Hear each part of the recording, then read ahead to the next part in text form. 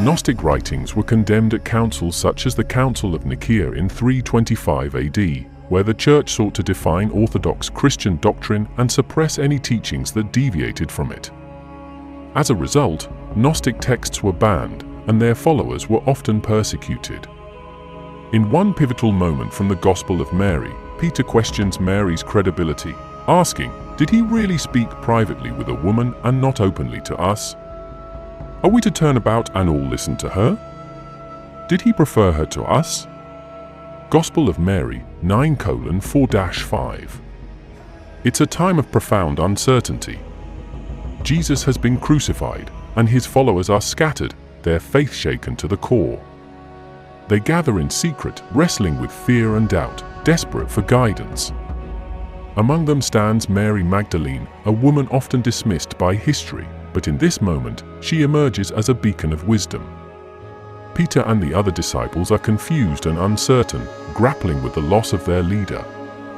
They've always looked to Jesus for answers, but now, in his absence, they're left searching for direction. It's here, in the heart of this crisis, that Mary steps forward, offering a revelation that will change everything. Mary begins to share what she alone was entrusted with, the secret teachings of Jesus, the knowledge that transcends the physical world.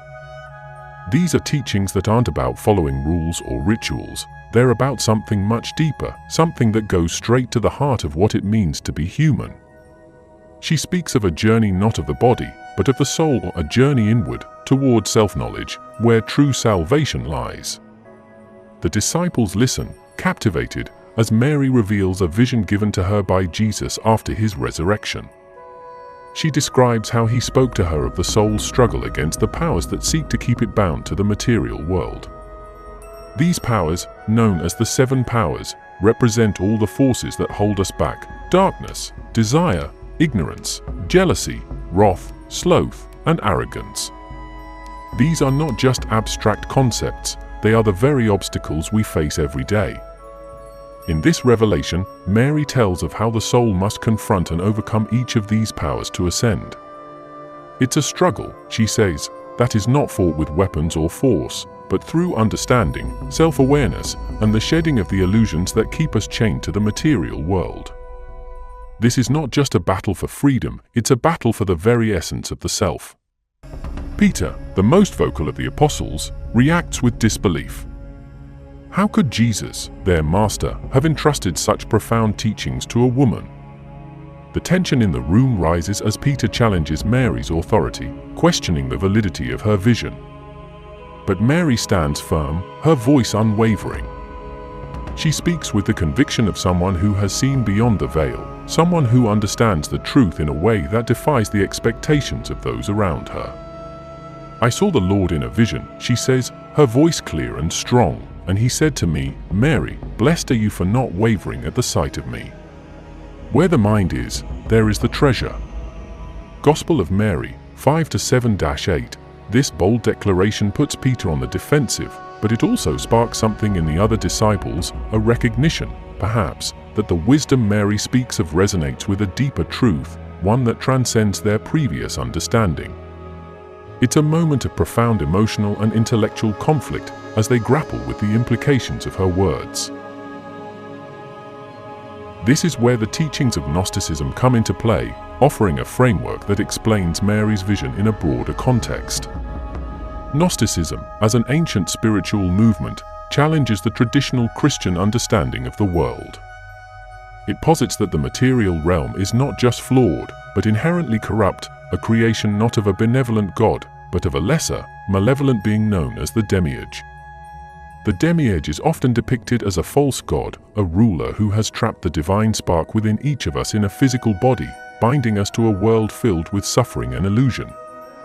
This concept radically shifts the way one views life on earth. It's not a gift to be cherished, but a prison from which we must escape. This belief isn't just an abstract philosophy, it's a call to action, urging the soul to awaken and recognize its true origins beyond the confines of this material existence.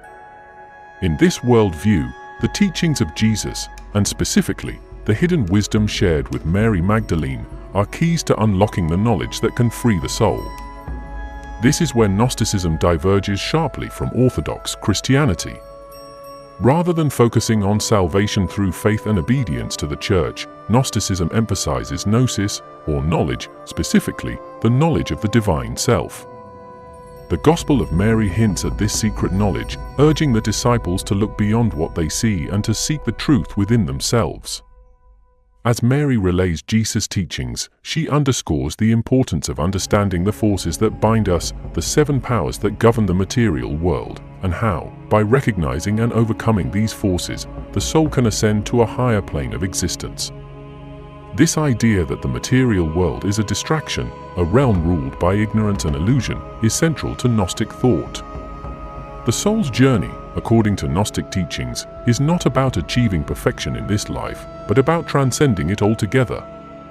This is a stark contrast to the teachings of the Orthodox Church, which focus on the resurrection of the body and the sanctity of the material world. As Mary continues her discourse, the tension among the disciples grows. They are faced with a profound dilemma. To accept the teachings of Gnosticism is to reject much of what they've been taught. It's a path that requires them to question not only the nature of God, but the very purpose of their existence.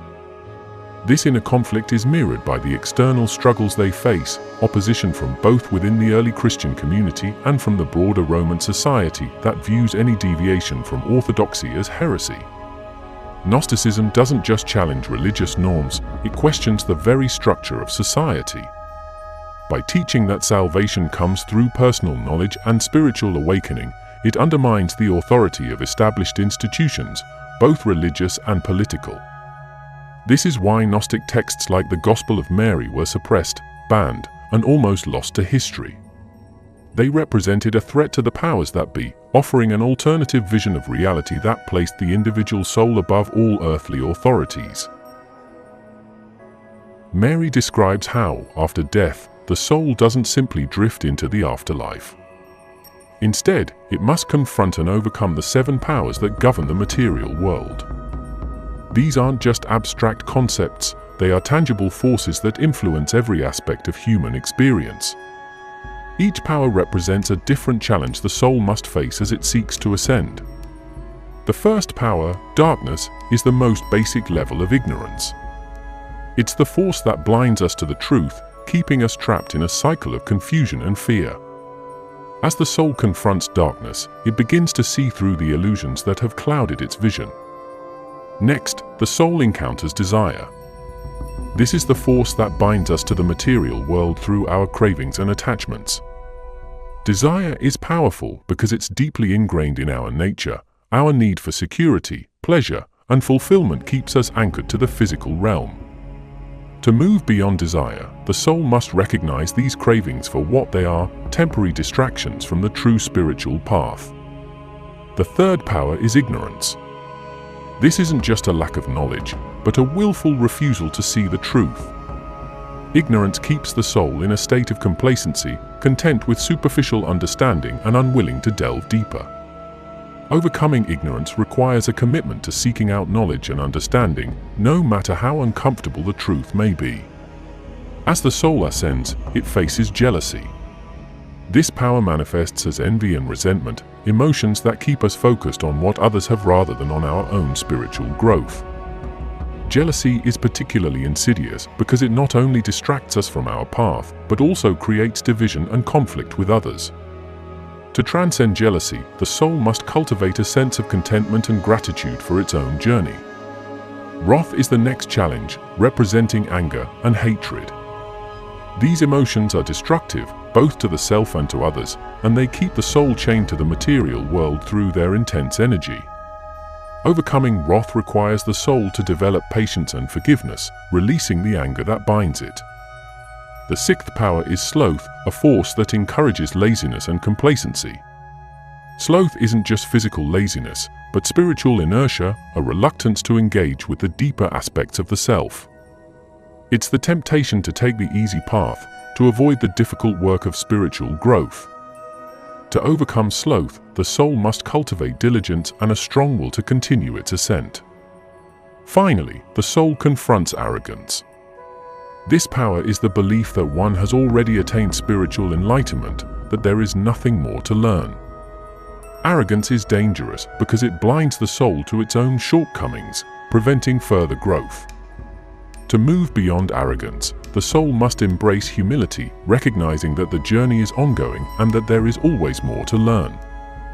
This vision of the soul's ascent offers a profound insight into the Gnostic worldview.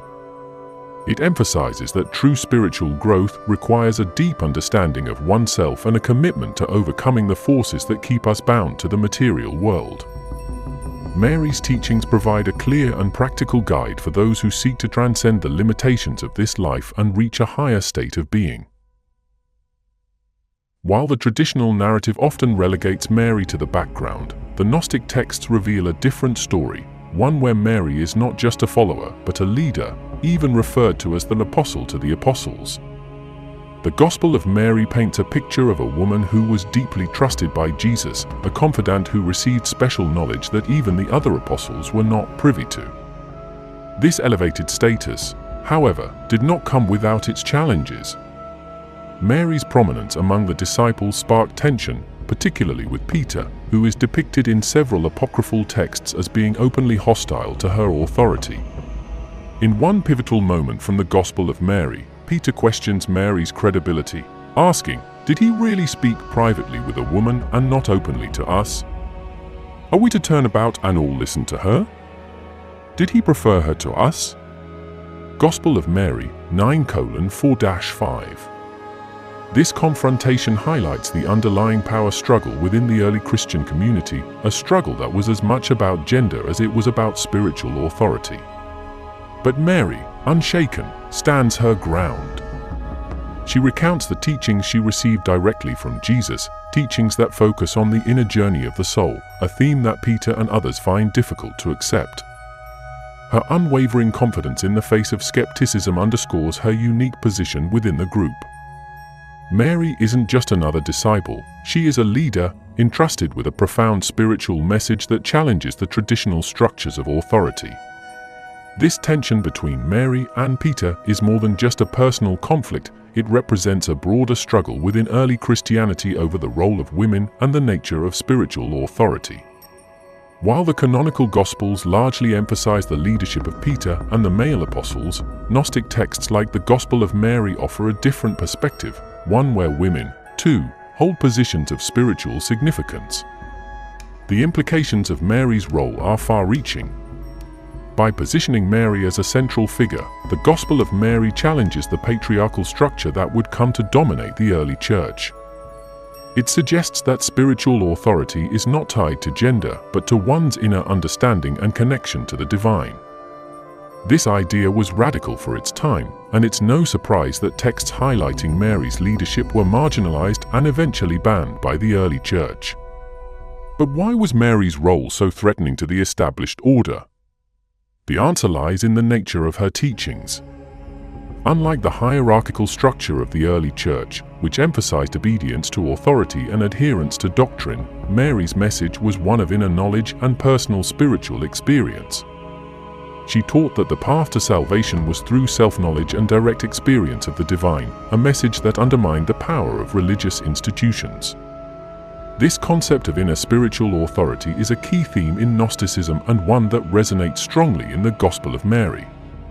By advocating for a direct, personal connection to the divine, Mary's teachings bypass the need for intermediaries, be they priests, apostles, or even established doctrines. This was a direct challenge to the authority of the early church, which sought to control access to spiritual knowledge. Mary's role as a leader and teacher in the early Christian community forces us to reconsider the traditional narrative. It invites us to question the established boundaries of spiritual authority and to explore the possibility that the early Christian movement was far more diverse and far more inclusive than history has traditionally allowed. How did these revolutionary ideas, along with other Gnostic teachings, almost vanish from history? The answer lies in the fate of the Gnostic texts themselves, writings that offered a very different perspective on the teachings of Jesus and the nature of the divine. These texts, which include the Gospel of Mary, were systematically suppressed, labeled as heretical, and ultimately banned by the early church. But in 1945, a remarkable discovery would bring these lost voices back to light. In a small Egyptian town called Nag Hammadi, a collection of ancient manuscripts was unearthed, manuscripts that had been hidden away for nearly 1,600 years. This discovery, known as the Nag Hammadi Library, contained a wealth of Gnostic writings, including the Gospel of Thomas, the Gospel of Philip, and the Gospel of Truth. These texts, long thought to be lost, provided a window into a form of early Christianity that had been all but erased from history. The significance of the Nag Hammadi discovery cannot be overstated. It was like finding a missing piece of a puzzle, revealing a side of Christian thought that had been buried for centuries. The texts offered insights into a spirituality that emphasized direct, personal experience of the divine, an approach that resonated deeply with the teachings of Mary Magdalene. One of the most striking aspects of these Gnostic texts is their emphasis on gnosis, the Greek word for knowledge. But this isn't just any knowledge, it's a deep, intuitive understanding of the divine within oneself.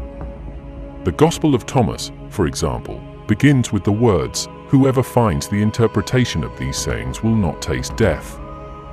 This idea of spiritual enlightenment through self-knowledge is a theme that runs through many Gnostic texts, including the Gospel of Mary. But why were these texts so threatening to the early church? The answer lies in their content. Gnostic writings often challenged the established doctrines of the Church, offering alternative views on the nature of God, the role of Jesus, and the path to salvation. For example, the Gospel of Philip presents a more mystical view of the relationship between Jesus and Mary Magdalene, suggesting that they shared a deep spiritual bond, one that was perhaps more profound than the traditional accounts acknowledge. Moreover, Gnostic texts often reject the idea of a singular, omnipotent God, instead portraying a complex cosmology with multiple divine beings, including a lesser god or demiurge who created the material world. This view directly contradicted the monotheistic doctrine of the early church and posed a significant challenge to its authority. The early church responded to this challenge with force. Gnostic writings were condemned at councils such as the Council of Nicaea in 325 AD, where the Church sought to define orthodox Christian doctrine and suppress any teachings that deviated from it. As a result, Gnostic texts were banned, and their followers were often persecuted. But despite the Church's efforts to erase these teachings, the discovery of the Nag Hammadi Library has ensured that the wisdom of the Gnostics has not been lost. Today, scholars and spiritual seekers alike study these texts, exploring the rich and diverse landscape of early Christian thought. Building on the rediscovered wisdom of the Gnostic texts, we arrive at the heart of their message, one that resonates deeply with the teachings of Mary Magdalene. Salvation is not something handed down from above, but something we achieve through deep, personal self-knowledge. In the Gnostic worldview, the material world is seen as a creation of the demiurge, a lesser, imperfect deity who traps souls in physical bodies. The true God, according to Gnostic belief, is beyond this material realm, and the spark of the divine within each person is a fragment of this higher reality.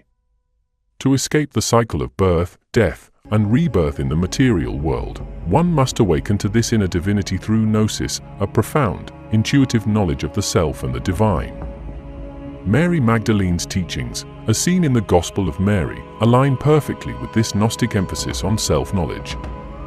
She speaks of the soul's journey not as a path of outward conquest or adherence to dogma, but as an inward quest to overcome ignorance and realize one's true nature. This journey involves confronting the seven powers, forces of the material world that bind the soul, as we explored earlier. The key to this journey, Mary teaches, is not found in external rituals or religious institutions, but within oneself. The Gospel of Mary records Jesus telling her, "Where the mind is, there is the treasure." Gospel of Mary 5:7.